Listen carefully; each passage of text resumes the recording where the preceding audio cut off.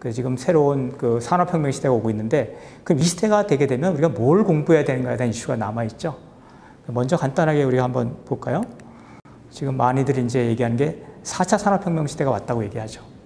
그래서 4차 산업혁명은 뭐냐? 사이버 피지컬 시스템이라는 거예요. 말이 좀 어려워 보이죠. 근데 이걸 조금 간단하게 보면 뭐냐면, 사이버라는 거는 온라인이라는 거잖아요. 피지컬이라는 건 오프라인이죠. 온라인과 오프라인이 이제 결합되는 그런 시스템들이 이제 나오고 있다는 거죠. 이걸 조금 더 이제 종합적으로 바라보면 이렇게 되거든요. 지금 세상에 지금 많은 것들이 IoT라고 해서, 과거에는 컴퓨터끼리만 연결했는데 지금은 이제 모든 사물에 센서가 붙어가지고 거기서 데이터들이 취합돼서 서버로 이제 트랜스퍼 되고 있죠. 이런 과정이 일어나면서 이제 데이터 양이 훨씬 더 급증하게 되고, 그 많아진 데이터를 가지고 AI를 학습시켜가지고 AI가 어떤 상황에서 의사결정을 하게 되고, 그 의사결정한 결과를 다시 그 IoT로 내려보내서 실제 현실에다가 영향을 주게 하는 이런 것이 지금 이제 일어나고 있는데요. 이걸 종합적으로 이제 바라보면, 그러면 이 과정에서 큰 변화를 어떤 것들이 일어나고 있을까? 첫 번째로 모든 것들이 연결된다는 거죠. 그거는 이제 공간적으로 봤을 때는 이제 많은 것들이 이제 다 연결돼서 우리에게 어떤 데이터를 제공할 수 있다는 거고요. 두 번째는 그 데이터가 움직이는 시간이 어떻게 될 거냐. 우리가 5G가 나오게 되면서 리얼타임으로 이 데이터들이 트랜스퍼 되고 있다는 거죠. 그 말은 뭐냐 하면, 현실 세계와 사이버 세계가 리얼타임으로 커뮤니케이션이 가능하다는 거예요. 요즘에 여러분들 들어보시는지 모르겠지만은 디지털 트윈이라는 말이 나오죠. 그 트윈이 뭐냐 하면, 현실을 가상으로 그대로 똑같이 갖고 있다는 거죠. 그래서 이 가상에서 계산이 이제 쉽기 때문에 그 계산을 빨리 할 수 있다 그러면 그걸 다시 또 현실로 내려보내서 현실을 통제하는 게 가능하다는 거죠. 이런 부분들을 우리가 좀 이해할 필요가 있고, 그리고 또 한 가지 중요한 게 있죠. AI가 드디어 사람들의 브레인 파워를 넘어섰다는 거예요. 모든 부분이 그런 건 아니고, 우리 시각 부분이라든가 어떤 소리를 우리가 인지하는 부분들, 이런 부분에서 사람들을 넘어서고 있다. 그럼 이런 것들이 이제 나왔을 때 우리는 할 일이 뭐냐? 이런 거에 대한 이제 질문을 하게 되는 거죠. 뭘 가르쳐야 될까? 과거처럼 단순하게 기억해서 그 기억한 걸 갖다가 답안지에 쓰는 걸로 충분할까? 그런 식의 작업들은 앞으로 다 없어진다고 얘기하잖아요. 단순 반복적인 것들은 의미가 없는 것들이죠, 이 시대에는. 그래서 이제 그런 시대에 필요한 게 뭘까에 대한 고민을 해볼 필요가 있는데, 거기에 필요한 게 바로 이제 thinking skill이라는 거죠. 과거에는 지식이 중요했죠. 지식을 알고 있냐 모르고 있냐. 그 지식을 활용해서 문제를 풀면 됐으니까. 근데 앞으로는 새로운 문제들이 나오게 되고, 그 문제를 풀려고 하면 생각하는 스킬들이 필요하다는 거죠. 그럼 지식이 필요 없냐? 지식이 전혀 필요 없는 건 아니겠죠. 지식이란 것도 일부 필요하죠.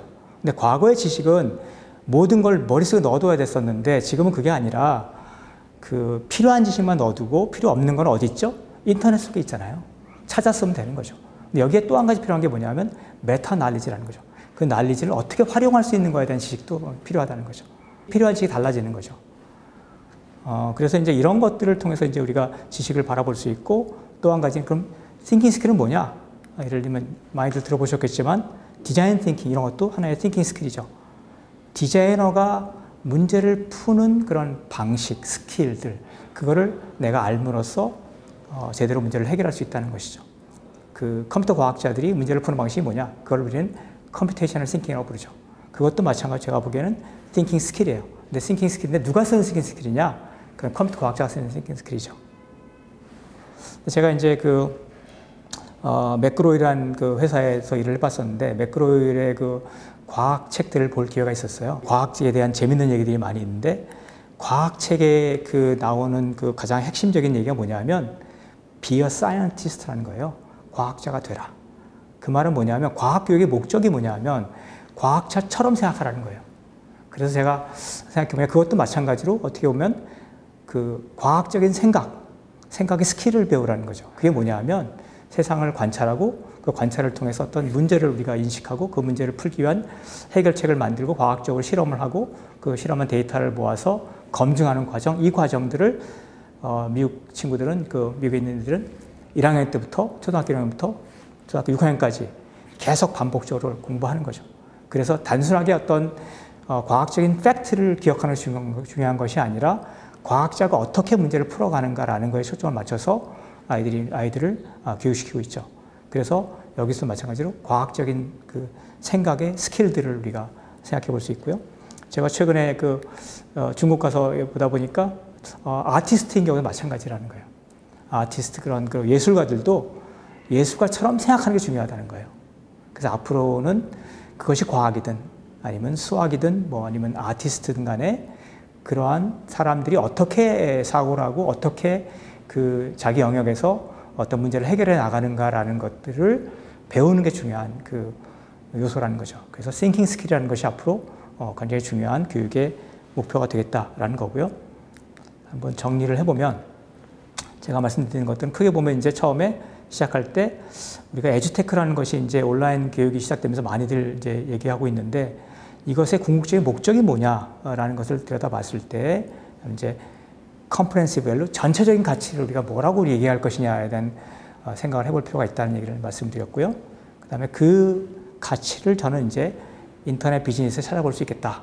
우리는 오랫동안 인터넷 비즈니스에서는 사용자 경험이라고 하는 것들을 가장 중요한 가치로 봤고 거기에 집중하면 이제 돈이 벌릴 수 있다. 비즈니스가 잘 할 수 있다라고 해서 여기에 많은 이제 돈과 비용을 이제 시간을 쓰게 됐었고요.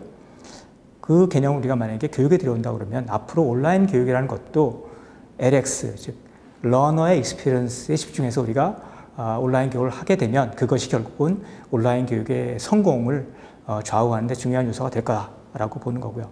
그런데 요즘처럼 시대가 이제 바뀌는 새로운 기술이 나와서 산업적으로 새로운 혁명이 일어나고 있는 시대에는 그 교육의 내용을 뭘로 할 것이냐에 대해서 생각해 봤을 때 우리가 thinking skill이라는 걸 생각해 보자. 디자인 thinking이라든가 computational thinking이라든가 scientific thinking 이런 것들을 우리가 목표로 해서 학습자들을 교육시킨다고 하면 우리가 훨씬 더 학습자의 미래를 준비하는 데 도움이 될 거다라고 제가 말씀을 드렸습니다. 그래서 간단하게 정리를 했고요. 네, 지금까지 김진수였습니다. 감사합니다.